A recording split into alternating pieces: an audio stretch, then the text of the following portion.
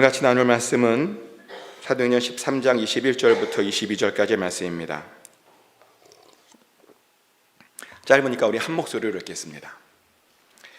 그 후에 그들이 왕을 구하거늘 하나님이 베냐민 지파 사람 기스의 아들 사울을 40년간 주셨다가 패하시고 다윗을 왕으로 세우시고 증언하여 이르시되 내가 이새의 아들 다윗을 만나니 내 마음에 맞는 사람이라 내 뜻을 다 이루리라 하시더니 아멘.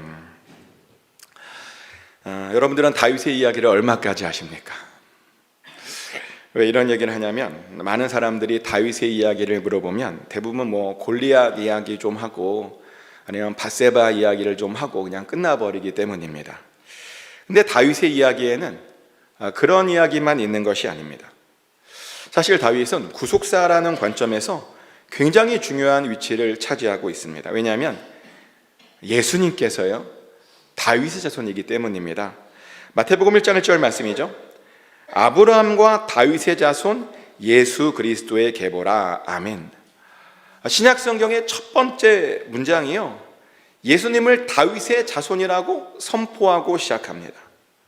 그리고 예수님을 다윗의 자손이라고 선포한 것이요 이것 말고도 무려 17개나 더 있습니다. 그러면서 신약 성경은 계속해서 예수님이 다윗의 자손이다라고 계속 그것을 강조하죠. 근데 왜 그렇게 강조하는 것일까요? 왜냐면요 이 다윗이 받은 약속 때문입니다. 하나님께서는 다윗에게 이런 약속을 주셨습니다. 사무엘하 7장 16절 말씀입니다. 내 집과 내 나라가 내 앞에서 영원히 보존되고 내 왕위가 영원히 경고하리라 하셨다 하라. 아멘. 뭐라고요? 다윗의 집과 다윗의 나라가 영원히 보존될 것이랍니다. 그리고 그 다윗의 왕위가요 영원히 경고하게 될 것이라고 하나님께서 다윗에게 이런 놀라운 약속을 해 주셨습니다. 그래서 이스라엘 사람들은 정말 이 약속대로 다윗의 왕위가 영원할 것이라고 믿었죠. 서로 그들이 바빌론에 의해서 멸망당했을지라도 다윗의 자손이 다시 나타나서 나라를 다시 세우고 그 나라가 계속 영원할 것이다라고 그렇게 지금까지도 믿고 있습니다. 그래서 그들은 다윗의 자손을 그렇게 간절히 기다렸죠. 그 약속을 성취할 사람을 간절히 기다렸습니다. 그런데 사실은 바로 그 사람이 누구냐면 예수 그리스도이십니다. 예수님께서는 우리 가운데 다윗의 자손으로 오셨고 다윗이 받은 약속을 성취하셨습니다. 왜냐하면 십자가의 죽으심으로 정말 영원한 왕이 되셨거든요. 십자가의 죽으심은 왕의 선포식이었습니다. 그렇게 왕이 되셨습니다. 이렇게 다윗은요 구속사에서 굉장히 중요한 위치를 차지하고 있는 사람입니다. 근데 이 다윗이요 구속사에서만 중요한 것은 아니고 예배사에서도 굉장히 중요한 사람이었습니다. 다윗의 이전 예배는 성막 예배였습니다. 성막을 만들어서 그 안에서 양을 잡아다가 번제로 드리는 그런 제사를 드렸죠. 하지만 다윗이요 성전 건축을 계획했고 그것을 지시하죠. 물론 다윗이 직접 성전을 건축하지 못했습니다. 그런데 그가 설계를 했고요 모든 재료를 다 모았습니다. 짓지 않았지만 거의 대부분의 일들을 다 한 것입니다.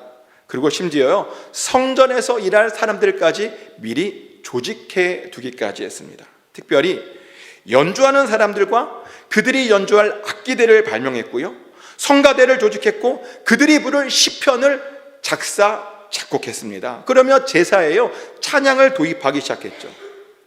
이것은 굉장히 획기적인 사건인데요. 왜냐하면 찬양 예배는 천국에서나 드려지는 그런 예배였기 때문입니다. 그런데 다윗이 그런 예배를 이 땅에서 도입한 겁니다.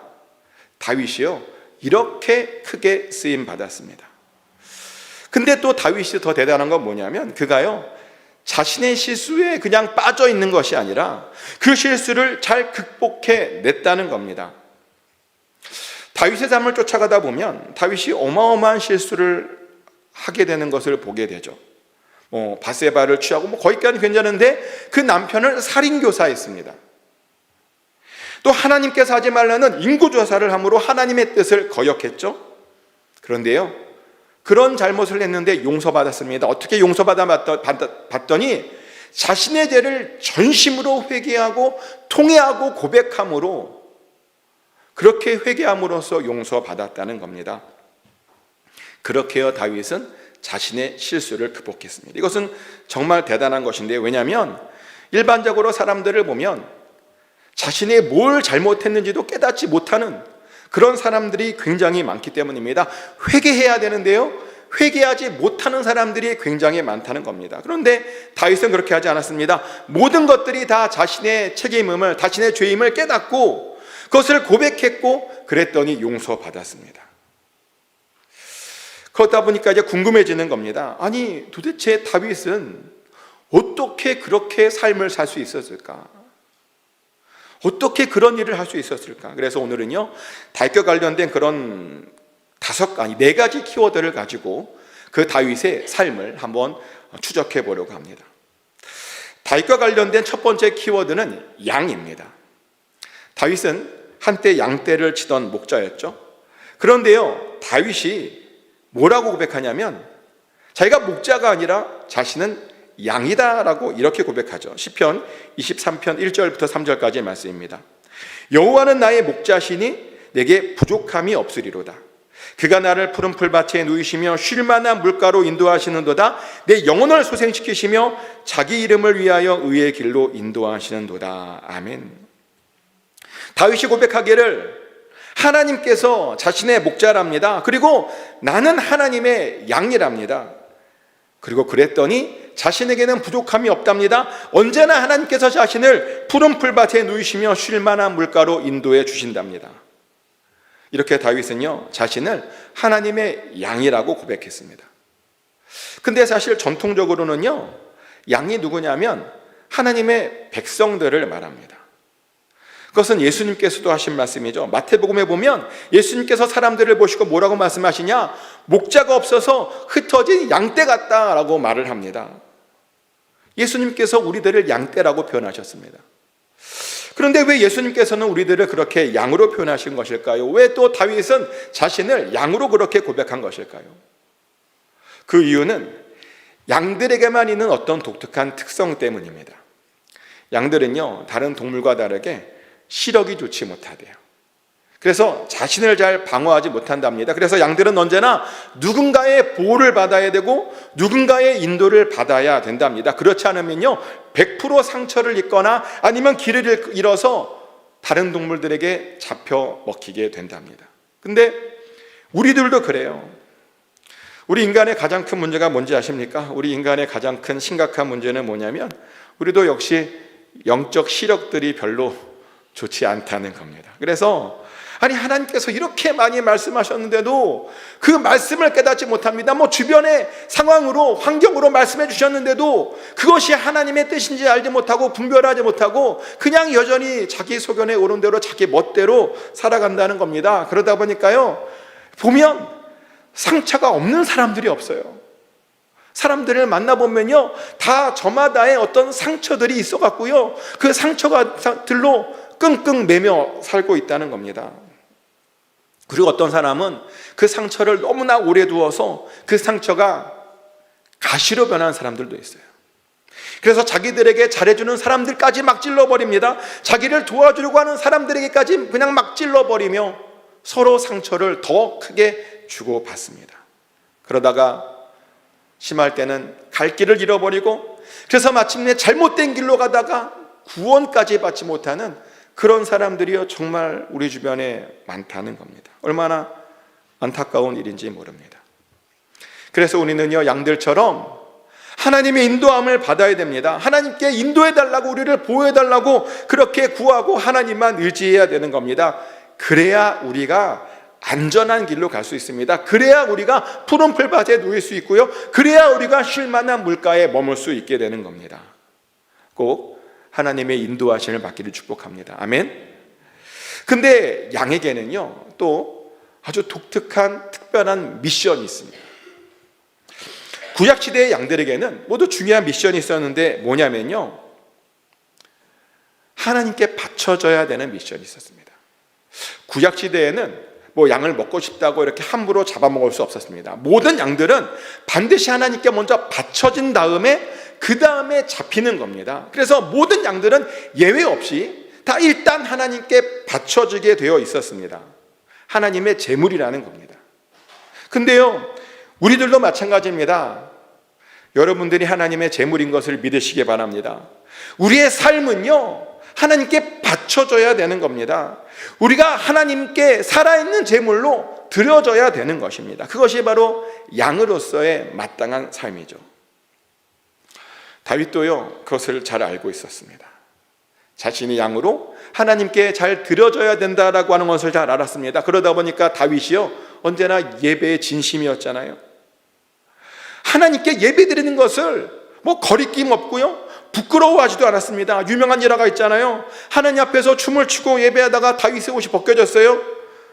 하나님을 얼마나 기쁘게 찬양했던지 옷이 벗겨졌는데도 그것을 전혀 신경 쓰지 않고 부끄러워하지 않았다는 겁니다. 다른 사람들이 자기를 어떻게 보는지 전혀 부끄러워하지 않았다는 겁니다. 저도 그래요. 제가 찬양을 잘 못하는데 부끄럽지 않게 이렇게 찬양하잖아요. 다윗도 그랬다니까요. 다른 사람들이 자기를 어떻게 생각하는지 전혀 신경 쓰지 않았습니다. 아내인 미갈은 부끄러워하는데 하나도 부끄러워하지 않았습니다. 그 정도로 다윗은요, 부끄러움 없이 하나님 앞에서 거룩한 산 제물이 되기 위해 힘썼다는 겁니다. 그랬더니 하나님께서 다윗을 받아주셨죠. 다윗의 예배를 받아주셨습니다. 그리고요, 그 덕분에 지금까지 최고의 예배자로 기록되어졌습니다. 다윗만큼 하나님께 인정받은 예배자가 없습니다. 최고의 예배자로 남았다는 겁니다. 또 다윗과 관련된 두 번째 키워드는 목자입니다. 참 재미있는 것은 하나님께서 목자들을 굉장히 좋아하세요. 그래서 목자들을 많이 사용하시더라고요. 실제로 최초의 순교자였던 아담의 아들인 아벨이요, 목자였습니다. 그리고 아브라함도 목자였고요, 이사, 야곱, 모세 전부 다 목자였습니다. 그리고 지난번 성탄절 때도 제가 말씀드렸죠. 예수님을 가장 처음 본 사람들이, 부모 말고 가장 처음 본 사람이 누구냐? 목자였다고 제가 말씀드렸습니다. 하나님께서 목자를 참 좋아하세요. 근데 이 목자들을 성경을 보면 종종 지도자를 상징합니다. 좋은 지도자는 선한 목자로, 악한 지도자는 사꾼 목자로 표현합니다. 근데 안타까운 것은 이 세상에 좋은 목자보다 사꾼 목자가 더 많다라고 이야기합니다. 자기 편하자고 양들을 혹사시키는 그런 목자들이 굉장히 많답니다. 그래서 성경에 보면 하나님께서 계속 그런 목자들에게 경고를 하시죠. 에스겔 34장 2절부터 4절까지의 말씀이죠. 인자야, 너는 이스라엘 목자들에게 예언하라. 그들 곧 목자들에게 예언하여 이르기를, 주 여호와께서 이같이 말씀하시되, 자기만 먹는 이스라엘 목자들은 화 있을진저 목자들이 양떼를 먹이는 것이 마땅하지 아니하냐. 너희가 살찐 양을 잡아 그 기름을 먹으며 그 털을 입되 양떼는 먹이지 아니하는도다. 너희가 그 연약한 자를 강하게 아니하며 병든 자를 고치지 아니하며 상한 자를 싸매주지 아니하며 쫓기는 자를 돌아오게 하지 아니하며 잃어버린 자를 찾지 아니하고 다만 포악으로 그것들을 다스렸도다. 하나님께서 에스겔을 통해서 이스라엘 목자들에게 예언하랍니다. 자기만 먹고 그 양들은 먹이지 않는 목자들에게 화가 있을 것이랍니다. 목자들이 양 잡아먹을 생각만 하고 있답니다. 그 기름을 취하고 그 털을 취할 생각만 하고 있답니다. 정작 양은 지금 굶어 죽고 있답니다. 그래서는 안 된답니다. 연약한 자들을 강하게 하지 않고 병든 자를 고치지 않고 상한 자를 싸매주지 않으면 안 된답니다. 쫓기는 자를 돌아오게 해야 되고 잃어버린 자를 찾아야 된답니다. 그렇지 않으면 그 양들이 그 짐승의 밥이 될 것이랍니다.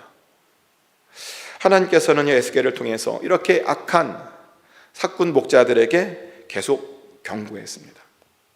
그런데요, 그런 경고에도 불구하고 상황이 그렇게 좋아지지 않았습니다. 그래서 예수님께서 우리에게 선한 목자로 오신 겁니다. 하도 악한 목자들이 많다 보니까 우리에게 선한 목자로 그래서 오신 겁니다. 요한복음 10장 11절 말씀이죠.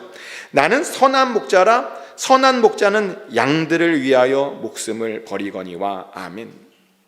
우리 예수님께서는 우리에게 선한 목자이십니다. 덕분에 우리는 예수님의 인도를 받으며 평안한 삶을 살 수 있게 되었습니다. 보호받게 되고 안전한 삶을 살 수 있게 되었다는 겁니다. 그런데요, 다윗도 목자였습니다. 그는 아버지의 양떼를 보호하기 위해서 사자와 곰을 죽였습니다. 그리고 이스라엘을 보호하기 위해서 골리앗을 쓰러뜨렸고 그의 목을 베었죠. 그리고 그 이후에 왕이 되었고 진짜 이스라엘의 목자가 되었습니다. 목자로서 이스라엘을 잘 하나님께로 인도했습니다. 좋은 목자로 인도함 받은 겁니다. 근데요, 다윗이 참 좋은 목자였는데 학자들에 따르면 다윗이 한 군데 돌보지 못한 것이 있답니다. 한 군데 실패한 곳이 있대요. 어디냐면 가정이랍니다. 가정은 다윗에게 가장 큰 약점이었답니다. 다윗의 아들 중에 암놈이라는 사람이 있었습니다. 근데 그 암놈이 자기의 이복 동생인 다말을 사랑했어요. 얼마나 사랑했는지 상사병까지 걸렸답니다. 그래서 결국에는 그 암놈이 그 동생인 다말을 속여서 동생에게 하지 못할 짓을 하죠. 근데 문제는 암놈이 그렇게 해놓고 그렇게 했더니 갑자기 그 동생이 미워진 겁니다. 그러고 와서 그 다말을 쳐다보지도 않아요. 그런데요, 그런 일이 일어났으면 아버지로서 다윗이 한마디 해야죠. 개입하고 혼낼 건 혼내야죠. 근데 아무 짓도 안 하더라고요. 아무 혼도 내지 않았습니다. 그냥 그 모든 것들을 그냥 조용히 덮으려고만 하죠. 그래서 그것을 보고요, 다말과 같은 어머니를 두고 있던 압살롬이 이를 갈게 됩니다. 그래서 결국에는 그 압살롬이 암논을 꼬셔서 그 암논을 죽이죠. 그리고 죽이고 나서 또 도망가 버렸습니다. 그런데 그런 상황에서 또 다윗이 아무것도 안 해요. 불러다가 너 왜 형제를 죽였느냐 한마디 해야 되는데 또 아무 말도 안 해요. 그러다 보니 나중에 보니까 이 압살롬이 다윗을 반역하게 됩니다. 그래서 압살롬의 반역 때문에 다윗이 모욕을 당하고 치욕을 당하고 피난까지 가야 했습니다. 그리고 그 과정을 수습하는 가운데 결국에는 그 압살롬도 죽게 되죠. 아들이 계속 죽고 딸도 고생하고 주변 많은 사람들이 고생했습니다. 그러면 그때라도 정신 차려야 했습니다. 그런데요, 아니 그때도 정신을 못 차리는 거예요. 그래서 그 비슷한 일을 또 한 번 당해요. 다윗의 말년에 또 다른 아들인 아도니아가 왕이 되고 싶었습니다. 그리고 사람들이 아도니아가 왕이 되는 줄 알았습니다. 왜냐하면 다윗이 뭐 아무 말도 안 하거든요. 근데 아도니아가 그 다음 큰 아들이니까 당연히 아도니아가 다 왕이 되는 줄 알았는데요. 근데 죽기 직전에 이 다윗이 마음을 바꿔서 솔로몬을 왕으로 지명하는 거예요. 그래서 갑자기 모든 사람들이 혼란에 빠졌고요, 형제의 난이 일어났습니다. 근데 어쩔 수 없어요. 다윗이 솔로몬을 왕으로 지명했거든요. 그래서 아도니아도 어쩔 수 없었는데 그랬더니 결국 밧세바가 그 아도니아를 죽이게 돼요.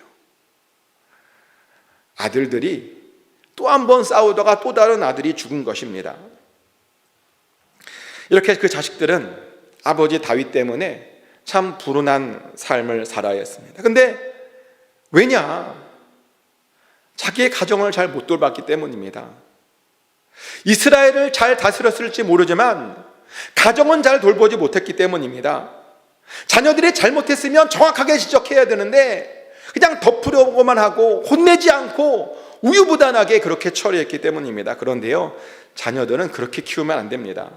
자녀들에게는요, 틀린 것은 분명히 틀렸다라고 정확히 알려줘야 됩니다. 특별히 어리면 어릴수록 아주 정확하게 틀린 것들은 잘 알려줘야 됩니다. 하지만 요즘 사람들을 보면 그것을 잘 못해요. 잘못을 잘못이라고 잘 지적하지 못합니다. 그리고 그렇게 지적하지 않는 것이 아이들을 잘 키우는 것이라고 굉장히 오해합니다. 죄송하지만 잘못을 잘못이라고 지적하지 않으면 아이들을 망가뜨리는 겁니다. 잘못된 것을 잘못이라고 얘기하지 않으면 그 아이들로 하여금 같은 잘못을 반복해서 저지르게 하는 그런 기회를 준다는 것입니다. 그래서 잘못된 것은 잘못됐다고 얘기해야 됩니다. 저는 그 부분에서 저희 어머니에게 지금까지 감사한 것이 하나 있습니다.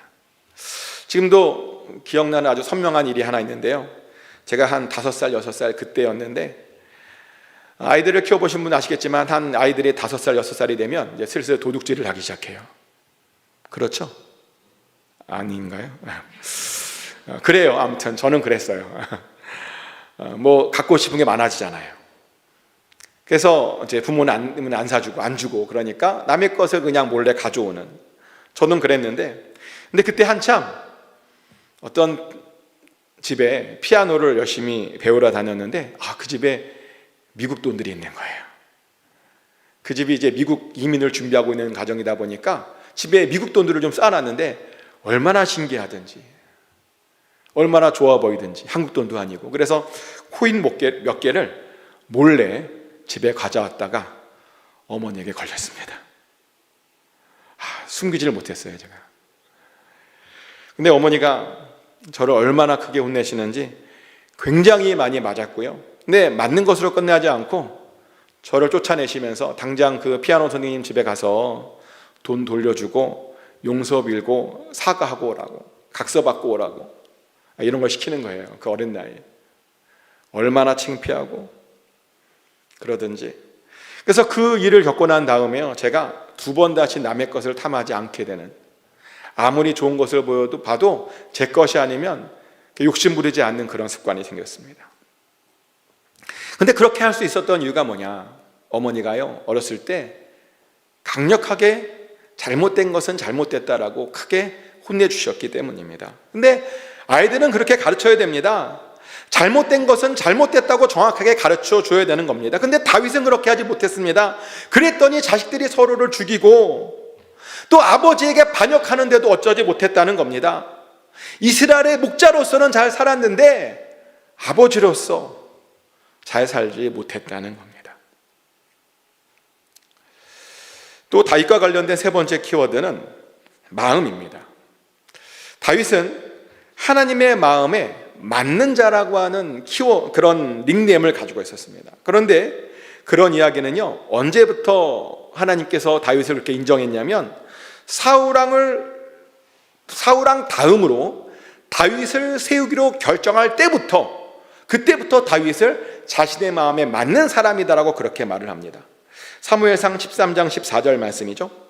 지금은 왕의 나라가 길지 못할 것이라 여호와께서 왕에게 명령하신 말을 왕이 지키지 아니하였으므로 여호와께서 그의 마음에 맞는 사람을 구하여 여호와께서 그를 그의 백성의 지도자로 삼으셨느니라 하고. 아멘. 이때가 어느 때냐면 이제 사울왕이 왕이 된 지 2년 정도 되었던 때였는데요, 사울왕이 하나님께 아주 큰 잘못을 하게 됩니다. 그러다 보니까 왕이 된 지 2년 만에 바로 버림을 받게 되면서 이제 새로운 왕이 내가 세울 것이다 라고 이런 예언을 하시는 거예요, 하나님께서. 그러면서 그 새로운 왕은 어떤 사람이냐? 하나님의 마음에 맞는 사람이다 라고 말씀하십니다. 근데 그래놓고 세운 사람이 바로 다윗이었습니다. 즉 다윗은요, 하나님의 마음에 맞는 사람이었다는 겁니다. 이제 궁금해지는 거예요. 아니, 다윗이 뭘 했길래 그렇게 하나님의 마음에 맞았던 것일까? 그것을 알기 위해서 우리는요, 사울왕과 다윗을 좀 비교해 볼 필요가 있는데요. 왜냐하면 지금 사울왕과 비교하면서 다윗이 하나님 마음에 맞는 것이라고 지금 설명한 것이거든요. 그럼 사울왕은 어떤 마음이었나? 사울왕의 마음을 한마디로 표현하자면 사울왕은 두 마음을 가진 자다라고 이야기할 수 있습니다. 사울왕에게는요, 두 마음이 있었답니다.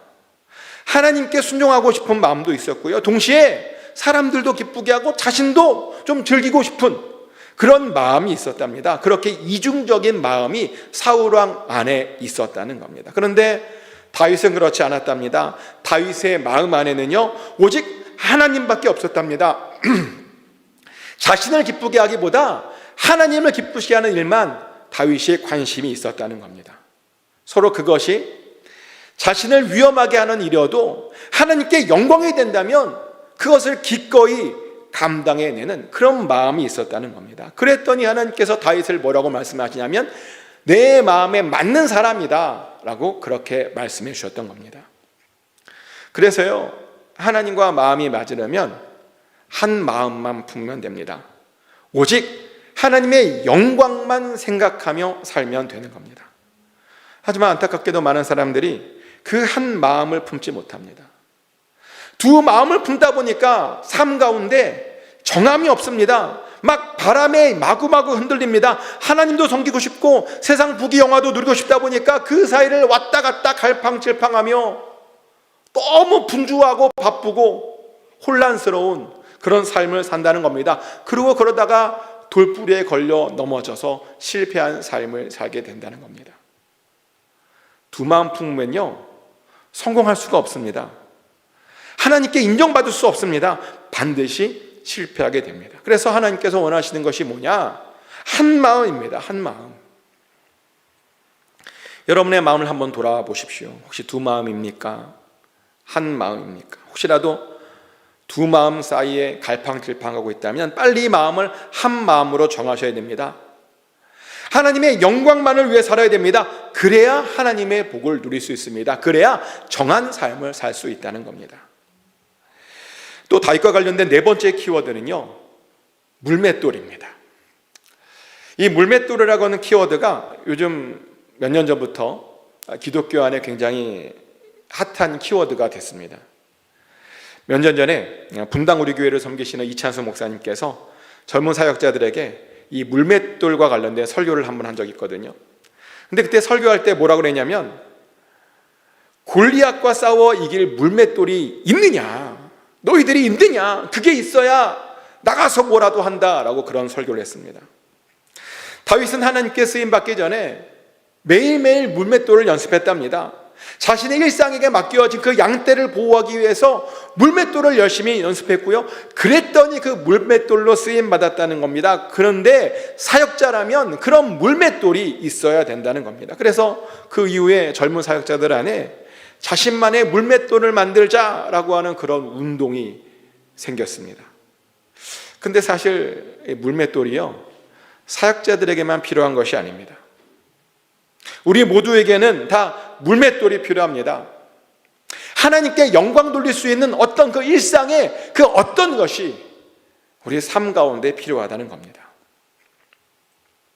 그래서 질문드립니다. 여러분들은 하나님께 영광 돌릴 만한 그 어떤, 여러분만의 그 어떤 것이 있으십니까? 그 어떤 것을 가지고 계십니까? 하나님께 영광 돌리기 위해 쓰임받을 수 있는 그 어떤 것이 여러분 손 안에 있느냐는 겁니다. 반드시 있어야 됩니다. 있어야 쓰임받게 됩니다. 제가 알고 있는 어떤 분은 그것이 있었는데 그것이 뭐였냐면 새벽 예배였습니다. 그분은 나이가 80이 넘으셨는데 매일 새벽 예배에 나오셨고, 새벽 예배를 나오시는 것뿐만 아니라 제일 먼저 나와서 문을 열고 제일 늦게 가셔서 문을 닫으셨습니다. 그게 자신의 사명이라고 생각하면서 80이 넘었는데도 그 일을 끝까지 꾸준히 하셨습니다. 그랬더니 80이 넘었는데도요, 80이 훨씬 넘었는데도 80 같지 않으시더라고요. 얼핏 보면 70 같으십니다. 얼마나 건강해 보이시는지, 그리고 결정적으로 너무나 행복하게 사셨습니다. 항상 감사하게 사셨습니다. 그분이 갖고 있던 새벽 예배라고 하는 물맷돌 때문이었습니다. 그랬더니 그분이 그렇게 쓰임받게 된 겁니다. 또 제가 아는 어떤 분은 기타라는 물맷돌을 가지고 계셨는데요, 그분은 교회에 오시면 누가 시키지도 않았는데 아이들을 모아다가 교회 한쪽 구석에서 아이들에게 기타를 가르쳐 주셨습니다. 그래서 저희 집 큰애도 그때 좀 기타를 배웠던 적이 있었는데, 그렇게 자신이 가지고 있는 은사와 그 재능으로 뭔가 아무도 시키지 않았는데 그렇게 쓰임받으려고 그렇게 애쓰시는 그런 분도 있으셨습니다. 그리고 우리 교회도 있더라고요. 우리 교회도 있습니다. 제가 계속 반복해서 말하는 것 같은데 그래도 자랑스러우니까 이재열 집사님을 보면 항상 존경스럽습니다. 격주로 모든 성도들을 위해서 정말 최고의 커피를 내려주시는 그 모습, 그 헌신을 보면 정말 너무 존경스럽습니다. 근데 그 커피가 그분에게는 물맷돌입니다. 하나님께 쓰임받는 그런 물맷돌이라는 겁니다. 그렇게 하나님께 영광 돌리고 있는 중이죠. 근데요, 우리 모두에게 그런 물맷돌이 하나씩 있어야 된다는 겁니다. 하나님께 영광 돌릴 수 있는 그 어떤 것이 우리들 손 안에 있어야 된다는 겁니다. 그래야 다윗처럼 우리가 쓰임받을 수 있다는 것입니다. 아니, 다윗이 물맷돌 연습하면서 그걸로 쓰임받을 줄 누가 알았겠습니까? 아니, 그걸로 골리앗 죽이고 왕이 될 줄 누가 알았겠습니까? 그런데요, 물맷돌을 열심히 연습했더니 그가 쓰임받았습니다. 하나님께 영광 돌렸습니다. 우리도 할 수 있습니다. 우리도 우리 손 안에 물맷돌 하나씩 있으면 다윗보다 더 크게 쓰임받을 수 있다는 겁니다. 축복하는 것은 꼭 하나씩 갖고 계셔서, 여러 개면 또 좋지만 하나씩 꼭 갖고 계셔서 그것으로 영광 돌리길 축복합니다. 이제 말씀을 정리합니다. 오늘 우리는 다윗의 삶을 몇 개의 키워드로 가지고 같이 나눴습니다. 다윗은 하나님의 양이었습니다. 다윗은 또 이스라엘을 잘 인도하는 목자였습니다. 다윗은 하나님의 마음에 맞는 사람이었고요. 다윗은 물맷돌로 하나님께 영광을 돌렸던 사람이었습니다. 여러분들도 하나님의 양이 되고 또 하나님께서 사용하시는 목자들이 다 되시길 축복합니다. 그리고 하나님의 마음에 맞는 사람이 되고 여러분 손 안에 물맷돌 하나씩 갖고 계셔서 하나님께 영광 돌리시길 축복합니다. 그래서 크게 쓰임받는 저와 여러분 되시기를 예수 그리스도 이름으로 축복합니다. 기도합니다. 하나님 아버지, 오늘 다윗의 삶에 대해서 같이 나눴습니다. 다윗이 어떻게 그렇게 위대한 삶을 살게 되었는지 나누었습니다. 우리도 우리가 양이라고 하는 사실을 잊지 않도록 하여 주시고 하나님 손 붙잡고 그 길을 걸어가게 하여 주시며 또 하나님 우리 주변, 특별히 우리 가족, 우리 주변들을 잘 이끌 수 있는 그런 또한 목자로서도 하나님께 쓰임받게 하여 주시옵소서. 한 마음을 품어서 정말 하나님 마음에 맞는 그런 사람이 우리도 되게 하여 주시고 우리 손 안에 물맷돌 몇 개씩 갖고 계셔서 그것을 통해서 하나님께 영광 돌리는 그런 하나님의 사람들 다 되게 하여 주시옵소서. 우리를 그렇게 사용하여 주실 줄 믿습니다. 감사드리며 살아계신 예수 그리스도 이름으로 기도드렸습니다. 아멘.